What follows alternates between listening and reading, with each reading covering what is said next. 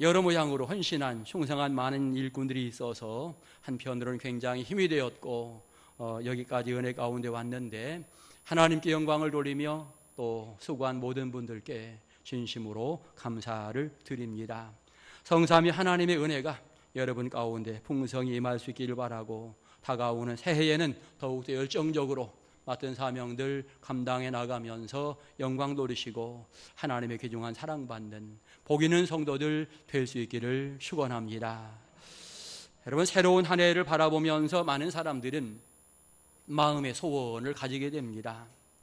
오늘 여러분의 소원, 여러분의 소망은 무엇입니까? 아마도 건강에 이상이 있으신 분들은 좀 건강이 회복되시면 좋겠습니다. 그런 소원을 말할 것입니다. 대부분의 부모들은 또 우리 자녀들이 잘 되었으면 좋겠습니다. 번성하고 은혜 가운데 믿음 가운데 신앙의 대를 잘 이어갔으면 좋겠습니다. 그런 이야기들을 할 것입니다. 사업하시는 분들은 내 사업이 좀 잘 되었으면 좋겠습니다 라고 이야기하고, 직장 다니시는 분들 진급했으면 좋겠습니다. 그런 어떤 이야기들, 소원들을 말하게 될 것입니다. 다가오는 새해에는 여러분의 소원들이 이루어지는 복 있는 한 해가 될 수 있기를 축원합니다. 여러분, 우리의 가정 활짝 열어주실 하나님이 계심을 기억하시면서 그 하나님과 함께 동행하는 신앙의 모습을 가지시고 그 하나님 때문에 더욱더 행복해 하는 은혜로운 새해가 될 수 있기를 축원합니다. 오늘 성경에서 이스라엘 백성들 하나님께서 그들의 길을 열어주시는데 하나님이 그들에게 놀라운 복을 허락하겠다, 은혜를 베풀겠다라고 하는 약속을 오늘 성경을 통해 들려주고 있습니다. 하나님이 어떤 복을 그들에게 약속하시는가, 오늘 성경을 통해서 세 가지를 생각해 보려고 합니다. 첫째로 하나님께서는 가장 먼저 그들의 근본적으로 큰 문제였던 외적인 어려움의 문제를 해결해 주신다, 이렇게 약속을 하시게 됩니다. 성경 보니까 바벨론을 내보내고 그들이 도망하여 내려가게 하리라, 이렇게 말씀하고 계시는 것이 오늘 성경의 내용인 것입니다. 우리가 아는 것처럼 이스라엘 민족이 여러 모양으로 이방 민족을 통해서 어려움이 있었습니다. 애굽을 비롯해서 그 외에 메대, 암몬 또는 아수르, 바벨론, 블레셋, 미디안, 아말렉, 수없이 많은 이방의 민족들이 시기별로 정말 이스라엘 백성들을 괴롭히는 이와 같은 모습들이 있었습니다. 어떤 면에서 그 괴롭힘의 시작은 이스라엘 백성들에게 있었습니다. 왜냐하면 그들이 하나님과 함께 하여야 하는데, 하나님을 잘 섬겨야 되는데 그의 백성들이 하나님을 잘 섬기지 아니하고 자기 마음대로, 자기들 생각대로 세상 속에 살아가고 심지어 우상을 섬기면서 세상 가운데 살아가게 될 때에 하나님이 그의 백성들을 지키지 않고 내버려 두게 되는 것입니다. 그럴 때 이방 민족들이 그들을 침입해서 압제하고 때때로 탈취하고 여러 가지 어려움들이 계속 반복적으로 진행이 되어지는데, 하나님과 멀어지게 될 때에 항상 그들에게 어려움이 있었다라고 하는 것을 성경은 수도 없이 많이 우리에게 가르쳐주고 있는 것입니다. 오늘 이스라엘 백성들이 외부적으로 당하는 여러 가지 어려움의 문제들은 생각해보면 그들의 힘으로는 쉽게 이길 수 없는 이와 같은 일들입니다. 나라가 국력이 강해서 어떤 면에 국방력이 굉장히 든든해서 그냥 싸움 나가서 승리하면 문제가 없겠습니다만 이스라엘 민족은 그런 민족이 아닙니다. 약소 민족이고 국방력이 전혀 없는 이와 같은 민족입니다. 누구든지 쳐들어오면 당할 수밖에 없는 연약한 민족이기에 하나님이 개입하지 않으면 절대로 이런 문제가 해결될 수 없는 이와 같은 상황, 그것이 바로 이스라엘 백성들의 상황인 것입니다. 그런데 오늘 성경을 통해 하나님은 약속하십니다. 너희가 해결하지 못하는 그 문제를 내가 해결해 주리라.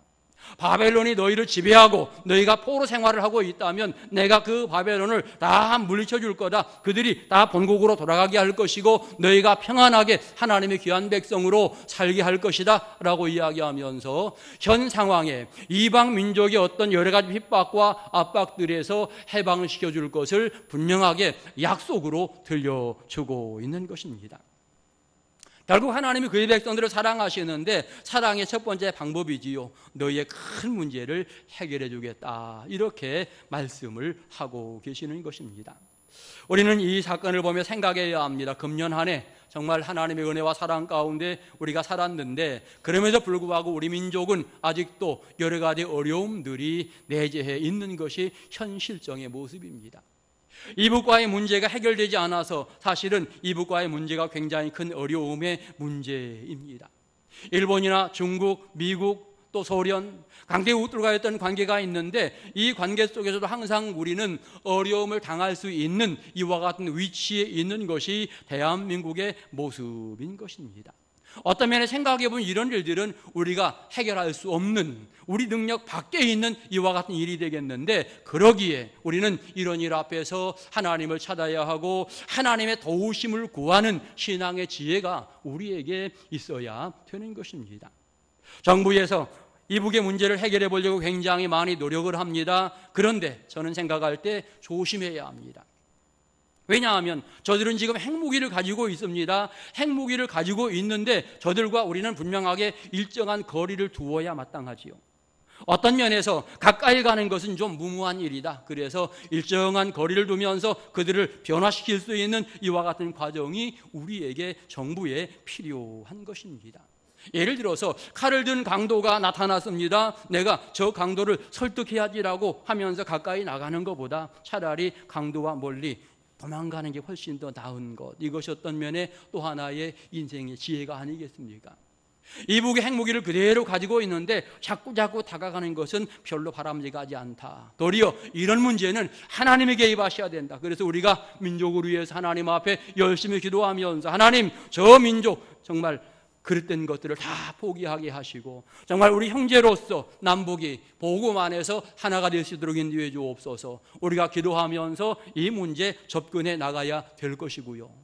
강대국들과의 문제도 마찬가지입니다. 우리가 아무리 힘써도 미국이 한번 자기들 생각대로 무엇을 진행해 나가면 우리는 어찌할 수 없는 그런 상황입니다. 그러기에 하나님, 이 강대국들과의 문제도 하나님 해결하셔서 우리를 평안하게 하시고 우리를 든든하게 하옵소서. 하나님을 의지하면서 모든 일들을 진행해 나가는 것, 이것이 참된 신앙의 지혜인 것을 우리는 분명하게 알아야만 되는 것입니다.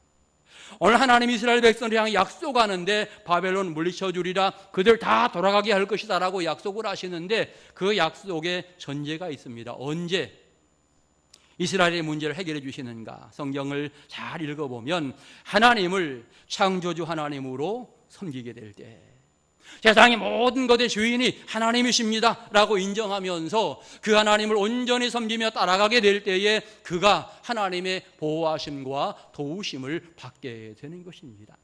하나님을 나의 왕으로 섬기면서 변함없이 하나님만 섬기겠습니다, 이런 철저한 신앙의 고백을 하면서 하나님을 향하여 나아가게 될 때에 하나님께서는 그 민족을 보호하시며 그 민족을 사랑하신다, 이렇게 설명을 하고 있는 것입니다. 우리는 배워야 합니다. 대한민국 여러 가지 어려움 속에 있지만 믿음의 사람들이 하나님 앞에 정직하게 선다면 이 민족은 하나님의 보호와 사랑을 받습니다. 저와 여러분이 먼저 여러분 올바르게 하나님 중심으로 신앙생활을 잘 진행해 나가게 될 때에 옥천 지역이 평안하게 되고 그런 교회들이 많아지게 될 때에 대한민국 전체가 하나님의 사랑과 은혜를 받는 이와 같은 민족이 되어지는 것입니다. 언제든지 하나님의 보호와 사랑이 필요한 것임을 다시 한번 깨달으면서 하나님만 의지해 나가는 복 있는 성도를 다 되시기를 간절히 축원합니다. 두 번째로는 성경은 이야기합니다. 고난의 문제 내가 해결해 주겠다. 우리 인생이 살아가면서 여러 가지 많은 어려운 문제들을 맞이하게 됩니다. 성경에 여러 가지 고난의 이야기하고 있는데 생각해 보니 그것은 다 나에게 다가올 수 있는 이와 같은 고난의 문제이기도 합니다. 많은 문제들은요, 내가 해결할 수 없는 이와 같은 해결 밖의 범위에 있는 이런 일들이 굉장히 많습니다. 생각지 않을 때에 우리 앞길을 가로막는 일들이 얼마나 많은지 모릅니다. 생각지 않았던 어려움들이 갑자기 다가오지요. 건강했었는데, 어제까지 건강했었는데 갑자기 건강 이상이 생기면서 어려움 중에 있는 사람이 있습니다. 늘 잘 지내는데 갑자기 교통사고로 어려움을 당하시는 분도 있습니다. 생각지 않았던 여러 가지 일들이 갑자기 순식간에 여러 부분에서 다가오면서 우리를 고통 가운데 빠뜨리고 괴로움 가운데 빠뜨리는 이와 같은 일들이 있게 되어집니다. 생각지 않았던 일들, 엉뚱한 일들이 생기면서 우리의 마음을 괴롭게 하는 이와 같은 일들이 생기게 되는 것입니다. 그런데 이럴 때에 어떻게 해야 되는가? 오늘 성경은 말합니다. 하나님을 찾으라 하고 가르쳐줍니다. 하나님을 찾으라. 생각지 않았던 수없이 많은 어려운 그 일 가운데 내가 하나님을 찾으라 그러면 하나님이 그 문제를 해결해 주신다. 어떤 하나님입니까? 성경을 보니까 바다 가운데 길을 내신 하나님, 애국 군대를 홍해 위에 수장시키신 그 하나님, 더 나아가 광야에 길을 내신 하나님, 사막에 강들을 흐르게 하신 하나님, 그 하나님을 찾으라. 그러면 내 앞길에 어떤 어려움이 있어도 그 어려움의 문제를 해결해 주고 내 앞길을 활짝 열어주리라, 활짝 열어주리라, 이렇게 말씀하고 있는 것입니다. 여기 기록된 내용들을 보게 될 때 우리가 할 수 있는 일이 아무것도 없어요. 하나님만이 하실 수 있는 일입니다. 그러기에 우리는 다가오는 여러 가지 고난 속에, 어려움 속에 하나님을 찾는 신앙의 모습을 가져야 하고 그 하나님을 의지하게 될 때에 문제가 해결되고 길이 열린다라고 하는 사실을 분명하게 깨달아야만 하는 것입니다. 나의 인생을 열어주시는 분은 하나님이십니다. 내가 고민한다고, 내가 걱정한다고, 내가 힘을 쓴다고 다가 아니라 전능하신 하나님의 도우심으로, 하나님의 인도하심으로 모든 일들이 진행된다라고 하는 사실을 반드시 깨달으면서 우리는 그 하나님을 따라가야 되는 것입니다. 홍해의 사건, 여러분, 그 사건을 진행해 나가신 분이 바로 내가 믿는 하나님이십니다. 광야에 강물을 내신 그 하나님, 바로 그 하나님이 지금 내가 믿고 있는 하나님이신 것이죠. 가끔 어떤 분들은 말합니다. 그거 옛날에 모세 시대에 있었던 사건 아닙니까? 그 사건이 지금 나와 무슨 연관이 있습니까? 라고 이야기합니다. 광야의 그 사건, 구약 시대에 어떤 사건들 내게 무슨 연관이 있습니까? 라고 이야기하는데 연관이 있지요. 왜냐하면 그 일을 진행하신 분이 하나님, 바로 우리는 그 하나님을 믿고 있기 때문에 연관이 있는 것입니다. 성경은 말합니다. 너희는 이전 일을 기억하지 말며 옛날 일을 생각하지 말라. 여기 이전 일은 과거에 그들이 어려움 당했던 일들을 이야기합니다. 믿음이 연약해서 믿음이 흔들흔들하면서 우상 섬겼던 그 옛날 일들을 이야기하고 있는 거죠. 하나님과 멀어지면서 아파했던 그 고통의 시간들을 이야기하고 있는 것입니다. 그 시간들을 이야기하면서 너희는 이전 일을 기억하지 말고 옛날 일을 생각하지 말라. 보라, 내가 새 일을 행하리라. 이렇게 선언하고 있는 것입니다. 힘들고 어려웠는데 내가 놀라운 기적을 베풀면서 이제는 너희에게 은혜의 시간이 다가올 것이고 너희 앞길이 활짝 열리게 될 것이다. 이와 같이 하나님께서 선언을 하고 있는 것입니다. 이스라엘 백성들을 향하여 보라, 내가 새 일을 행하리라 선언하시는 그 하나님, 그 하나님이 바로 내가 믿는 하나님이신 겁니다. 이스라엘 백성들이 은혜를 체험했던 그 백성들의 놀라운 고백이 오늘 우리의 고백, 나의 고백이 되어야만 하는 것입니다. 하나님이 나의 앞길을 열어주셔야 내 인생의 평안함과 든든함이 있음을 우리는 분명히 깨달아야 되는 것입니다. 모든 사람들은 말합니다. 우리 인생이 마라와 같이 씨를 쓴 인생이라고 이야기하지요. 그런데 마라와 같을지라도 하나님이 함께 하시면 바로 그곳에서 쓴물이 단물이 되는 놀라운 역사가 일어나게 되는 것입니다. 생수가 흘러나오는 이와 같은 장소가 되어지는 것입니다. 많은 사람들은 생각합니다. 환경을 먼저 바꿔달라고. 주님은 뭐라고 말씀하십니까? 너희가 나를 찾는 것이 우선이다. 너희가 나와 함께하는 것이 우선이다. 나와 함께하게 될 때 너희의 환경도 바뀌어질 것이고 너희의 여러 가지 여건들이 완전히 바꾸어질 것이다. 바꾸는 자가 바로 나다라고 하나님께서 말씀을 하시게 되는 것입니다. 여러분, 하나님은 우리를 살리시는 하나님이신 줄 믿습니다. 생명의 주인이 바로 하나님이십니다. 그러기에 내가 살아있는 한 나는 하나님과 연결되어 있어야 되고 내가 살아있는 한 그 하나님 앞에 영광을 돌리는 아름다운 신앙의 모습을 우리는 항상 가져야 되는 것입니다. 금년 여기까지 하나님의 은혜로 왔습니다. 이제 새해 우리에게 다가오게 될 텐데 이 새해 하나님이 나의 길을 열어주셔야 내가 행복한 믿음의 사람이 되어집니다. 하나님이 열어주시고자 작정하시는데 여러분 날마다 그 하나님을 열심히 따라가는 은혜로운 성도들 될 수 있기를 축원합니다.